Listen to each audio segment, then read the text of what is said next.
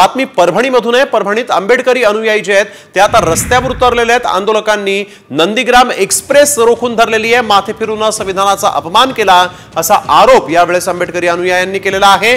परभणीमध्ये आंबेडकर पुतळा परिसरातली ही घटना आहे। यावेळेस एक महत्त्वाची बातमी आपण बघतोय।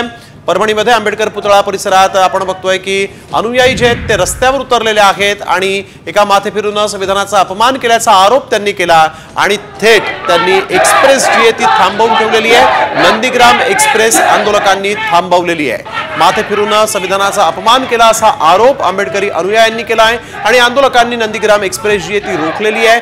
माथे फिरून संविधानाचा अपमान केल्याचा आरोप करत आता हे आंबेडकरी अनुयायी जे आहेत ते मात्र आक्रमक झालेले आहेत। परभणीमध्ये आंबेडकर पुतळा परिसरातली ही घटना आपण बघतोय। एका माथे फिरून संविधानाचा अपमान केल्याचा आरोप ठेवत या आंबेडकरी अनुयायांनी नंदीग्राम एक्सप्रेस यावेळेस थांबवलेली आहे। एक महत्त्वाची बातमी, आंबेडकरी अनुयायी जे आहेत ते रस्त्यावर उतरले आहेत। परभणीमध्ये आंबेडकरी अनुयायी जे आहेत ते रस्त्यावर उतरले आणि एकीकडे आपण बघतोय की थेट त्यांनी नंदीग्राम एक्सप्रेस देखील थांबवलेली आहे। एकीकडे रास्ता रोको तर दुसरीकडे रेल्वे मार्गावर उतरून नंदीग्राम एक्सप्रेस देखील थांबवण्यात आली आहे। प्रतिनिधी राजेश घाटकर यावेळेस आपल्याबरोबर फोन लाईन वरून जोडले गेलेले आहेत। राजेश, नेमकं काय झालेलं आहे?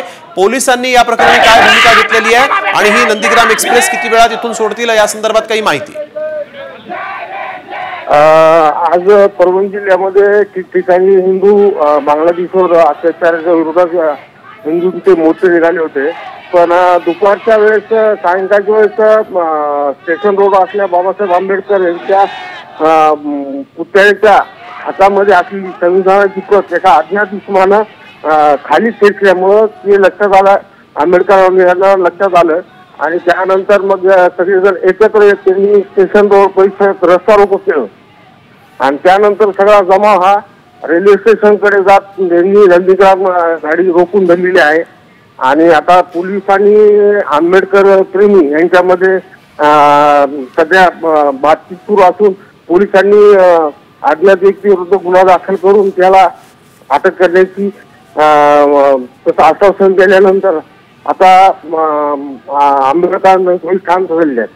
बिलकुल, धन्यवाद राजेश आपण दिलेल्या सविस्तर माहितीसाठी।